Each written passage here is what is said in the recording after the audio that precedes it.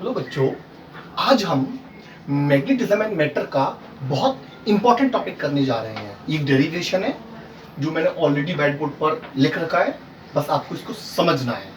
Let's start. देखें, magnetic field strength at a point due to bar magnet. Basically इसमें हमको करना क्या है, ये हमारी एक बार मैग्नेट है बच्चों।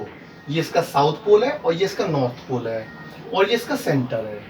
इस बार मैग्नेट की वजह से हमको एक्स एक्सिस पर एक पॉइंट है P। इस P पॉइंट पर हमको मैग्नेटिक फील्ड निकालना है इस बार मैग्नेट की वजह से। इस बार मैग्नेट में कितने पोल हैं स्टूडेंट?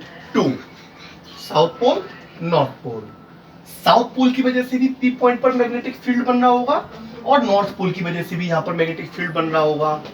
तो हमने क्या किया, उससे पहले हम इस चुंबक का, इस मैग्नेट का स्ट्रेंथ निकालते हैं, जिसको बोलते हैं हम मैग्नेटिक डाइपोल मूवमेंट। ओके, और उसका फॉर्मूला होता है m into 2l। What is 2l? The length of the magnet. What is m? Strength of the pole. Pole की ताकत कितनी होती है वो m से डिनोट करती है। तो m इंटू 2l हमको देता है कैपिटल M। कैपिटल M क्या होता है? Magnetic dipole movement. ओके, हमने अब क्या किया, हमने साउथ पोल की वजह से यहां पर मैग्नेटिक फील्ड निकाला। तो उसके लिए हमने क्या किया, मिड पॉइंट से O से इस पॉइंट की डिस्टेंस मानी dl। तो बच्चों ये वाली डिस्टेंस कितनी बची होगी? l, और ये वाली भी डिस्टेंस कितनी बची होगी?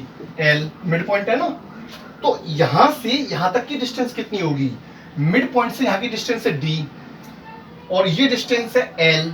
तो टोटल कितनी हो गई? d plus l। तो साउथ पोल की वजह से यहां पर मैग्नेटिक फील्ड जो निकलेगा वो निकलेगा B1 म्यू नॉट अपॉन 4 पाई m इंटू 1 sp स्क्वायर।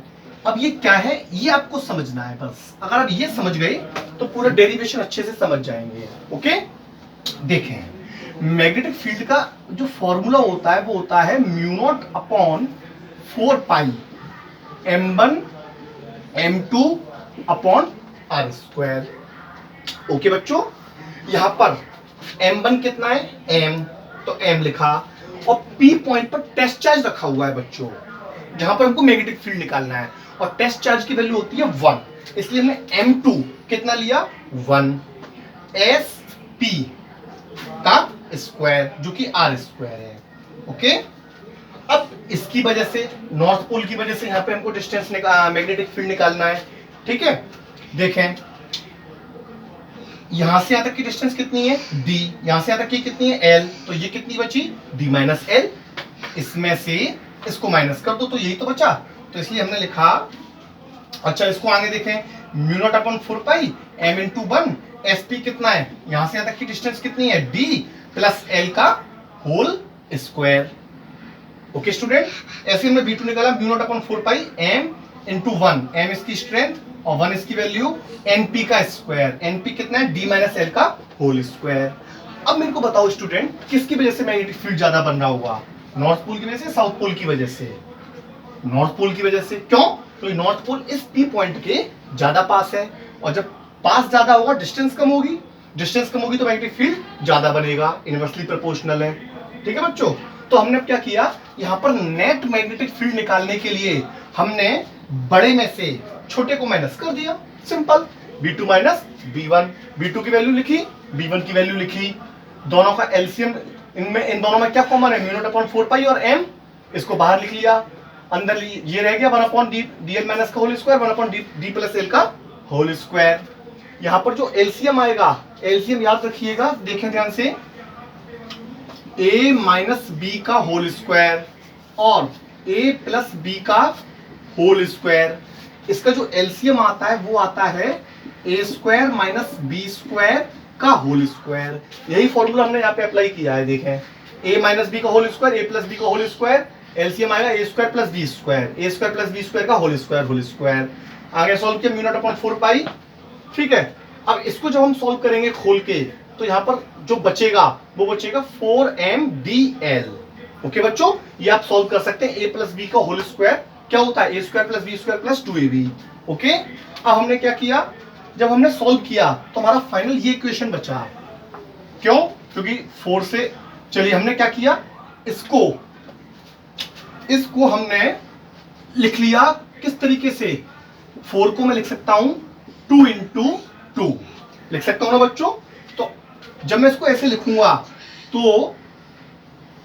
तो ध्यान से देखें, यहां पर क्या बचेगा, 2 इंटू 2, तो 2 और ये मैंने लिख लिया l के साथ, किसके साथ बच्चों, 2l के साथ, और m, तो m और 2l क्या होता है, कैपिटल M, इसलिए यहां पर क्या आ गया, कैपिटल M, और एक 2 बचा, और ये d बचा यहाँ पे बीच में, और नीचे d square minus l square का होल स्क्वायर बचा। ओके स्टूडेंट, ठीक है।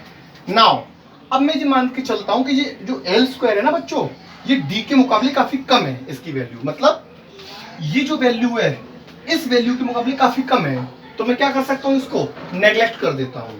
तो जब नेग्लेक्ट हो गया तो क्या बचा हमारे पास, ओनली डी स्क्वायर, ठीक है।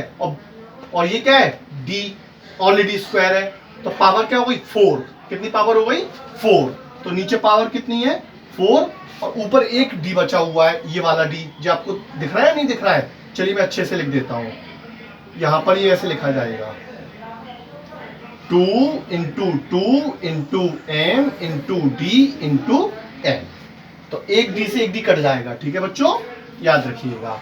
तो कितना बचेगा, डी क्यू, और ये बचा 2m, तो क्या बचा, b बराबर mu naught upon 4 pi 2m upon D Q. ये किसकी वैल्यू आई बच्चों, ये वैल्यू आई हमारी, यस, इस पॉइंट पर बनने वाले मैग्नेटिक फील्ड की, किसकी वजह से, यस, किसकी वजह से, बार मैग्नेट की वजह से। और यही हमारा डेरिवेशन था कि magnetic field strength at a point due to a bar magnet. Okay बच्चों, तो हमारा कितना है formula, mu naught upon 4 pi 2m upon D cube. What is m, what is m, magnetic dipole movement. Okay बच्चों, thank you so much. इसके आगे हम अगले लेक्चर में देखते हैं।